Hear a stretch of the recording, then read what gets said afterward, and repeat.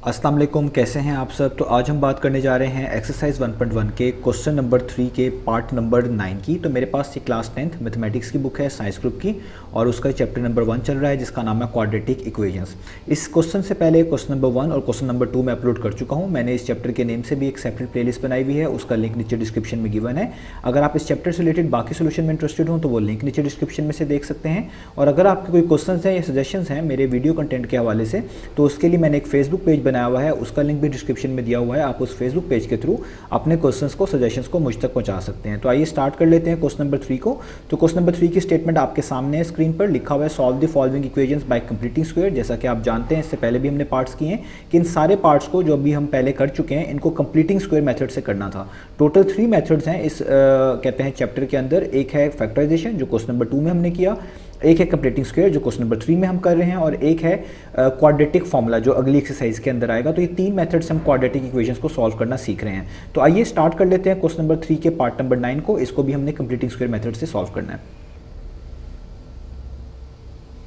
तो आपको सामने स्क्रीन पर क्वेश्चन नज़र आ रहा है। तो सबसे पहले हमने क्या करना है इस क्वेश्चन में, अगर आप देखें कि जो लेफ्ट साइड पे टर्म्स लिखी हुई हैं और जो राइट साइड पे टर्म्स लिखी हुई हैं उसमें जो ये एक फ्रैक्शन ये लिखी हुई है 8 डिवाइडेड बाय 3x+1। आप देख सकते हैं राइट साइड पे भी जो फ्रैक्शन लिखी हुई है उसका भी डिनोमिनेटर यही है 3x+1। तो जब आपको सेम डिनोमिनेटर्स कहीं पे नज़र आ रहे हो तो आप कोशिश किया करें कि उनको एक तरफ कर लें, एक साथ कर लें ताकि आपका क्वेश्चन आसान हो जाए। तो हम भी यहाँ पर यही करेंगे। हम क्या लिखेंगे, हम 4 को वैसे नोट डाउन कर लेंगे और ये -8/3x+1 है, हम इसको इक्वेशन के दूसरी तरफ मूव कर लेंगे। यानी यहाँ पे ये माइनस हो रहा है, इक्वेशन के दूसरी तरफ जाके क्या हो जाएगा प्लस। यानी ये जो पहले से लिखा हुआ है 3x² + 5 डिवाइडेड बाय 3x+1 इसको हम वैसे का वैसे लिख लेंगे इस तरीके से। और ये जो -8/3x+1 है ये इधर आकर क्या हो जाएगा प्लस, इस तरीके से +8 डिवाइडेड बाय 3x+1। जब आप यहाँ तक कर लेंगे तो इसका फ़ायदा क्या हुआ हमें इसको उधर मूव करने का। इसका फ़ायदा ये हुआ कि इन दोनों के डिनोमिनेटर सेम थे, इनका एलसीएम निकालना, इनको सॉल्व करना आसान था। जब भी डिनोमिनेटर सेम होते हैं चीज़ों को सॉल्व करना आसान होता है। यहाँ पे भी 3x+1 लिखा हुआ है, इस 8 के नीचे भी 3x+1 है, तो इनका एलसीएम भी क्या होगा 3x+1। तो आप नीचे लिखेंगे एक दफ़ा 3x+1। और जब डिनोमिनेटर सेम होते हैं तो जो चीज़ ऊपर लिखी होती है उनको वैसे ही नोट डाउन कर लेते हैं। यानी आप देखें इस 3x+1 के ऊपर 3x² + 5 लिखा हुआ है तो आप 3x² + 5 को वैसे ही नोट डाउन कर लें प्लस का साइन, और इस 8 को भी वैसे का वैसे ही नोट डाउन कर लें इस तरीके से। अब आगे सॉल्व करते हैं तो ये हो जाएगा 4 = 3x²। आपको पता है 5 में 8 ऐड कर सकते हैं तो ये कितने हो जाएंगे, ये हो जाएंगे 13। 5 + 8 कितना हो जाएगा, वो हो जाएगा 13। तो यहाँ पे हम लिख लेंगे 13 और नीचे आपके पास क्या आ जाएगा, नीचे आपके पास आ जाएगा 3x+1। इस 4 के नीचे कुछ नहीं लिखा हुआ तो आप इसको 1 कंसिडर कर सकते हैं। अब आप देखें लेफ्ट साइड पे भी और राइट साइड पे भी सिंगल फ्रैक्शन है। यहाँ पे 4/1 है, यहाँ पे 3x² + 13 डिवाइडेड बाय 3x+1 है। तो आप इनको अब क्रॉस मल्टीप्लाई करेंगे। जब इस तरह की आपके पास सिनेरियो आ जाए तो हम इनको क्रॉस मल्टीप्लाई करते हैं। इसका मतलब है 4 को मल्टीप्लाई करना पड़ेगा, इधर लिखेंगे लेफ्ट साइड पे 3x+1 से इस तरीके से, और इक्वल टू का साइन डालेंगे, और 1 को मल्टीप्लाई करना पड़ेगा इधर 3x² + 13 से। तो ये देखिए मैंने मल्टीप्लाई कर दिया। तो अब 4 को 3 से मल्टीप्लाई करें अंदर ब्रैकेट्स में तो 4 3 × 12 हो जाता है, 4 1 × 4 हो जाएगा। इधर 1 को 3 टाइम्स करेंगे तो 1 3 × 3 और x² साथ वैसे ही आएगा। 1 को +13 से मल्टीप्लाई करेंगे तो 1 13 × 13 हो जाएगा। तो अब आप देखें x² वाली टर्म्स कहाँ पे हैं, क्योंकि हमारी कोशिश यही होती है कि क्वाड्रेटिक इक्वेशन में अगर स्टैंडर्ड फॉर्म अवेलेबल नहीं है, यानी x² वाली टर्म्स, x वाली टर्म्स और कांस्टेंट टर्म्स अरेंजमेंट में नजर नहीं आ रही, तो पहले उनको अरेंज करके स्टैंडर्ड फॉर्म जैसा बना लेते हैं।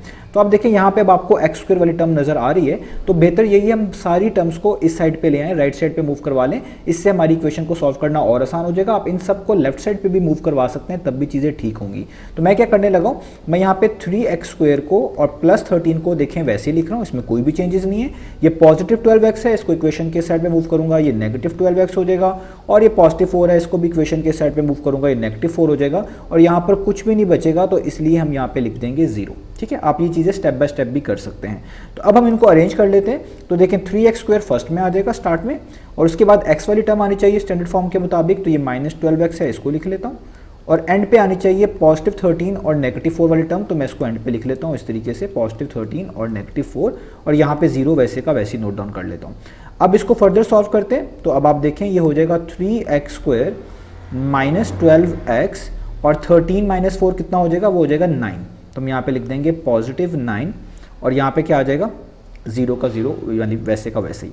तो देखें अब यहाँ तक सवाल कर लेने के बाद आपको साफ पता चल रहा है कि हमने स्टैंडर्ड फॉर्म में इक्वेशन को लिख लिया है। स्टैंडर्ड फॉर्म का मतलब एक्स स्क्वायर वाली टर्म्स पहले, एक्स वाली टर्म्स बाद में और एंड पे कांस्टेंट वाली टर्म। जब आप क्वाड्रेटिक इक्वेशंस को इस तरह लिख लेते हैं तो चीज़ें आसान होती हैं सॉल्व करना। अब इसके बाद आपने कंप्लीटिंग स्क्वायर अप्लाई करना है, ठीक है। आप इसी इक्वेशन को ऐसे भी लिख सकते हैं 3x square minus 12x plus 9 equal to 0, यानी 0 को आप राइट साइड पे लिख लें ताकि ज़्यादा कन्वीनियंट रहे। हम ज़्यादातर ये यूज़ करते हैं इसलिए मैं कह रहा हूँ। तो देखिए यहाँ तक कर लेने के बाद अब आपके पास चीज़ें हो गई हैं आसान।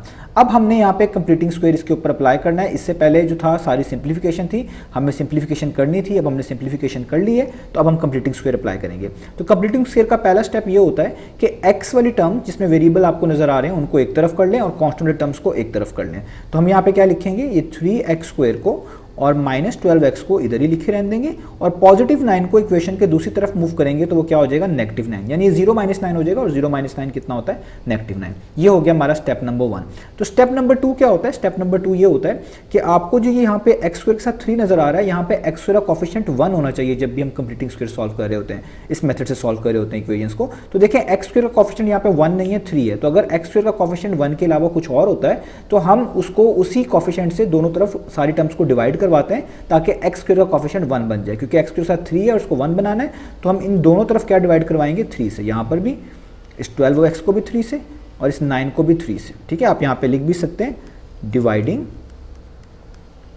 Dividing by 3 on both sides. आपने बोथ साइड्स के ऊपर क्या कर दिया है, 3 से डिवाइड कर दिया है, ठीक है। अब इसको आप देखें तो ये 3 से क्या हो जाएगा, कैंसिल आउट। यहाँ पे देखें एक्स स्क्वायर का कोफिशिएंट 1 बन गया, कुछ नहीं लिखा हुआ यानी 1 है। इधर आप देखें 3 1 टाइम्स, 3 4 टाइम्स 12 हो जाएगा, ये माइनस 4x बन जाएगा। और यहाँ पे भी आप देखें 3 1 टाइम्स और 3 3 टाइम्स 9 हो जाएगा और यहाँ पे नेगेटिव साइन वैसे आ जाएगा यानी -3 हो जाएगा। अब यहाँ तक कर लेने के बाद हमने क्या करना है, अब हमने ये देखना है कि जो भी हमारे पास यहाँ पे ये लिखी हुई है एक्स स्क्वायर माइनस 4x, इसमें x का कोफिशिएंट क्या है और x के कोफिशिएंट से ही हम अगली टर्म्स को ऐड करेंगे जिस तरह मैंने आपको समझाया हुआ है। तो आगे आपको पता है हम क्या करेंगे, हम x का कोफिशिएंट देखेंगे। x का कोफिशिएंट कितना है, -4। तो जैसा मैंने आपको चीज़ें बताई थी कि जो भी आपके पास x का कोफिशिएंट हुआ करेगा आप उसको पहले 2 से डिवाइड करेंगे। तो अगर आप इसको 2 से डिवाइड करें तो 2 1 टाइम्स, 2 2 टाइम्स होता है, तो ये आता है -2 और जो आंसर आया करेगा उसके ऊपर क्या अप्लाई कर देंगे, स्क्वायर। तो ये जो टर्म मिला करेगी ये आपने दोनों साइड्स पर ऐड करवानी होगी। तो हम यहाँ पर लिखेंगे एडिंग, क्योंकि अब हमने ऐड करवाना है -2 और इस पे होल स्क्वायर है ऑन बोथ साइड्स। ये दोनों साइड्स पे आपने क्या करा देना है, ऐड करवा देना है, ठीक है। तो बोथ साइड्स पे ऐड करवाने का फायदा क्या होता है, स्क्वायर कंप्लीट हो जाता है और इसलिए इसको हम कंप्लीटिंग स्क्वायर भी बोलते हैं इस मेथड को। तो आप देखें यहाँ पे आ जाएगा आपके पास एक्स स्क्वायर, मैं इसको और बेहतर तरीके से लिख लेता हूँ। तो ये हमारे पास यहाँ पे आ जाएगा एक्स स्क्वायर, ठीक है। तो यहाँ पे आ जाएगा एक्स स्क्वायर माइनस 4x और ये जो टर्म है इसको आपने ऐड करवा देना है इधर भी, यानी ऐड करवा देना है -2 के होल स्क्वायर को इधर भी और -3 के साथ भी ऐड करवा देना है इधर भी, इस तरीके से ये हमने ऐड करवा दिया। अब जब आप इसको ऐड करवाएंगे तो आप देखें ये बीच में नेगेटिव साइन है और ये वाला साइन देखना है, ये जो 2 के साथ नेगेटिव लिखा हुआ है ये स्क्वायर करने के बाद पॉजिटिव हो जाएगा, इसलिए इसको आपने अभी फिलहाल इग्नोर करना है। जस्ट आप ये वाला साइन देखें, ये वाला ये प्लस का है और ये 4x के पीछे वाला माइनस का है, ठीक है। तो ऐसा कौन सा फॉर्मूला है, ऐसी कौन सी आइडेंटिटी है जो आपको इससे मैच होती हुई दिखती है। तो अगर आप देखें आपने चीज़ें पढ़ी हुई हैं, इसको आइडेंटिटी भी बोलते हैं, आप इसको फॉर्मूला भी बोल रहे हैं फिलहाल समझने के लिए। तो a माइनस बी होल स्क्वायर किसके इक्वल होता था, a square minus 2ab plus B square. तो ये सारी की सारी चीज़ इस तरह ही की दिख रही है, यानी ये एक्स स्क्वायर जो है वो एक तरह का a स्क्वायर है, ये जो -2 के ऊपर होल स्क्वायर लगा हुआ है ये b स्क्वायर है और ये इसको सॉल्व करेंगे तो -2ab माइनस 4x के इक्वल आएगा, यानी एक कंप्लीट फार्मूला बन रहा है। और आपको पता है अगर कोई चीज़ इस तरह की फॉर्म में लिखी हो तो हम उसको कन्वर्ट कर सकते हैं इस तरह की फॉर्म में, इसी को एक तरह का स्क्वायर कंप्लीट करना हम कहेंगे। तो हम इसको लिख सकते हैं कि ये बनेगी a माइनस बी का होल स्क्वायर आइडेंटिटी जैसा, ठीक है। तो इसलिए a क्या होगा, जो इधर पहले स्क्वायर के नीचे लिखा हुआ है यानी x, बीच में वही साइन आएगा जो यहाँ x के कोफिशिएंट के साथ है यानी माइनस, और b क्या होगा जो इधर स्क्वायर के नीचे लिखा हुआ है। याद रखिएगा इसका साइन इग्नोर करना है, ये पॉजिटिव है तो ठीक है, नेगेटिव तो आपने कंसीडर नहीं करना, ये इसके साइन को आपने इग्नोर रखना है क्योंकि यहाँ पे स्क्वायर होगा, जो भी साइन होगा वो पॉजिटिव हो जाना होता है। तो जस्ट आपने नंबर को देखना है, तो 2 लिखा हुआ है तो ये हो जाएगा a माइनस बी यानी x माइनस 2 और उस पर होल स्क्वायर इक्वल टू का साइन, इसको सॉल्व कर लें, ये हो जाएगा -3। किसी भी नेगेटिव नंबर का स्क्वायर करते हैं वो पॉजिटिव हो जाता है और 2 का स्क्वायर कितना होता है वो होता है 4, तो यहाँ पे आ जाएगा 4। यहाँ तक हमने कर लिया, अब फर्दर इसको सॉल्व करते हैं तो ये हो जाएगा x माइनस 2 और इस पे आएगा होल स्क्वायर, और प्लस माइनस क्या होता है माइनस, 4 में से 3 माइनस करेंगे 1, साइन बड़ी वैल्यू का 4 का यानी ये प्लस ही होगा, तो पॉजिटिव 1 हो जाएगा। अब आपको पता है आपने क्योंकि x की वैल्यूज निकालनी है और इधर x की जो वैल्यू है उसको ब्रैकेट्स के अंदर है और ऊपर स्क्वायर है, तो आपको दोनों साइड्स पे स्क्वायर रूट अप्लाई करना पड़ेगा। तो आप लिखेंगे यहाँ पे applying square root on both sides, मैंने बोल दिया है और यहाँ पर अप्लाई कर दिया है। और जब आप स्क्वायर रूट अप्लाई करते हैं आपको पता है उसके दो पॉसिबल आंसर होते हैं, पॉजिटिव नेगेटिव, हमें यहीं पे लगाने हैं, दोनों के साथ लगाने की जरूरत नहीं है, इसकी दो ही पॉसिबल कंडीशन बनेगी, आप यहीं पे प्लस माइनस लगाएंगे वो इनफ होगा। तो यहाँ पे स्क्वायर रूट से कैंसिल आउट हो जाएगा, यहाँ पे बचेगा x माइनस 2, और आपको पता है 1 का स्क्वायर रूट 1 ही होता है और उसके साथ साइन आ जाएगा एक बार प्लस और एक बार माइनस। तो अब आप इस चीज़ को 2 दफ़ा सॉल्व करेंगे, यानी आप एक दफ़ा x माइनस 2 को पॉजिटिव 1 के इक्वल रख के सॉल्व करेंगे और आप एक बार x माइनस 2 को नेगेटिव 1 के इक्वल रख के सॉल्व करेंगे। तो अगर आप यहाँ से देखें -2 इक्वेशन के उस तरफ आप मूव करें क्योंकि x की वैल्यू निकालनी है, तो वो वहाँ जाके हो जाएगा प्लस, यानी 1 + 2 हो जाएगा, और 1 + 2 कितना होता है, वो होता है 3। आपको एक आंसर मिल गया 3। इधर आप देखें ये अभी -2 इक्वेशन के दूसरी तरफ मूव करेंगे तो प्लस हो जाएगा इस तरीके से, और प्लस माइनस माइनस होता है तो 2 में से 1 माइनस करेंगे तो 1 आ जाएगा। तो आपके दोनों आंसर्स आ गए, यानी आपको सोल्यूशन सेट मिल गया। वो क्या है, वो है एक आंसर है आपका 3 और दूसरा आंसर है आपका 1। यही हमने फाइंड आउट करके दिखाने थे। आप 1 पहले 3 बाद में भी लिख सकते हैं, इससे कोई इशू नहीं है। तो ये हो गया हमारे पास ये वाला पार्ट सॉल्व। इंशाल्लाह नेक्स्ट वीडियो में मिलेंगे इसके आखिरी पार्ट के सोल्यूशन के साथ।